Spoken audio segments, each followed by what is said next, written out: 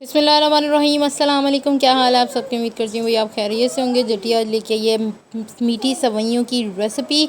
ईद आ रही है, ईद में ये सवैयाँ ना हो तो आपको पता है ईद कंप्लीट नहीं होती। सुबह सुबह मीठा जो है ज़रूर मांगते हैं सब, तो इसके लिए ये स्पेशल रेसिपी है, बहुत ही कमाल की और मज़े की। चैनल को सब्सक्राइब करना मत भूलिएगा।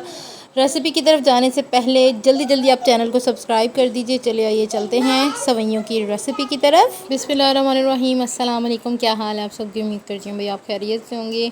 मेरी आज कुछ तबीयत ठीक नहीं है। आपको मेरे सामने सवैयाँ नज़र आ रही होंगी। ये हैं बारीक सवैयाँ जो कि मैंने 4 चम्मच देसी घी में फ्राई की हैं और बहुत ही कमाल की ये रेसिपी है। आप रेसिपी को ज़रूर ट्राई कीजिएगा। अच्छा, मैंने इनको करना है डार्क ब्राउन।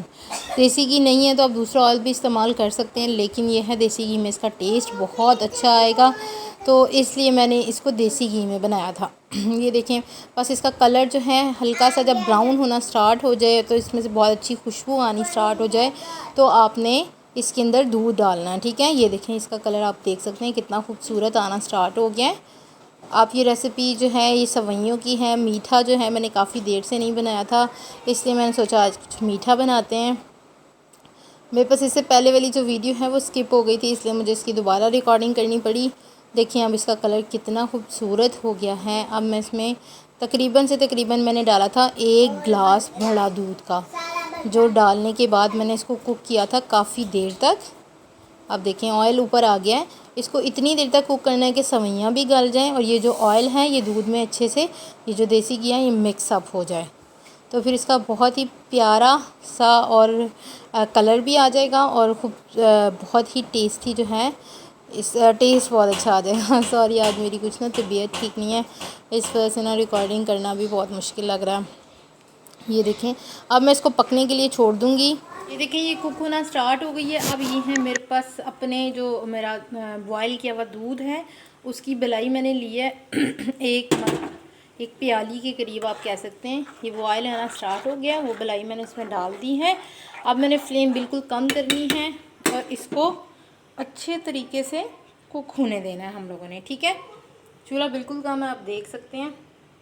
अब इसको तकरीबन 25 मिनट के लिए पकने दें अच्छे तरीके से, फिर उसके बाद क्या करना है वो भी मैं आपको बताती हूँ। जी जनाब, आप देख सकते हैं 20 मिनट तकरीबन इसको पकते हुए हो गए हैं। सेवियाँ हमारी गल चुकी हैं अच्छे तरीके से। अब ये जो मैंने इसमें डाला है वो मैंने इसमें डाली है 4 टेबलस्पून शुगर। आप अपने टेस्ट के हिसाब से ज़रूर ऐड कीजिएगा कि आपको कितना मीठा पसंद है। अब मैं इसमें डाली हूँ चम्मच भर के, 1 चम्मच मैं फ़िलहाल डालूँगी पहले ब्रेड क्रम्स। ये मैंने खुद घर पे रेडी की हैं। 1 से 2 टेबलस्पून मैंने इसमें ब्रेड क्रम्स ऐड करने हैं। ये बहुत ही कमाल का टेस्ट देते हैं ये सवैयों में। आप लोग एक दफ़ा ट्राई करेंगे तो जट्टी को जो ना याद करते रहेंगे। इसको डाल के हमने सिर्फ 5 मिनट के लिए कुक करना है, क्योंकि ये उसी टाइम कुक हो जाती है ब्रेड। ये देखिए ये ज़्यादा थिक हो गई है, साथ ही मैंने डाला है तो। और हम इसकी शुगर चेक करेंगे, फिर उसके बाद फ्लेम को ऑफ़ कर देंगे। ये सेवियों का बहुत ही कमाल का टेस्ट होता है।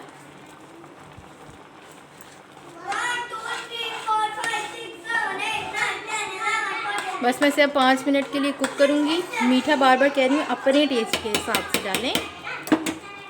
जी जनाब, आप देख सकते हैं मैंने ये सेवियों में लास्ट में फूड कलर ऐड किया है, जिसकी वजह से इसका कलर येलो हो गया है। ये ऑप्शनली है, आप लोग डालना चाहें तो, लेकिन ये टेस्ट वाइज ऑसम बनी है।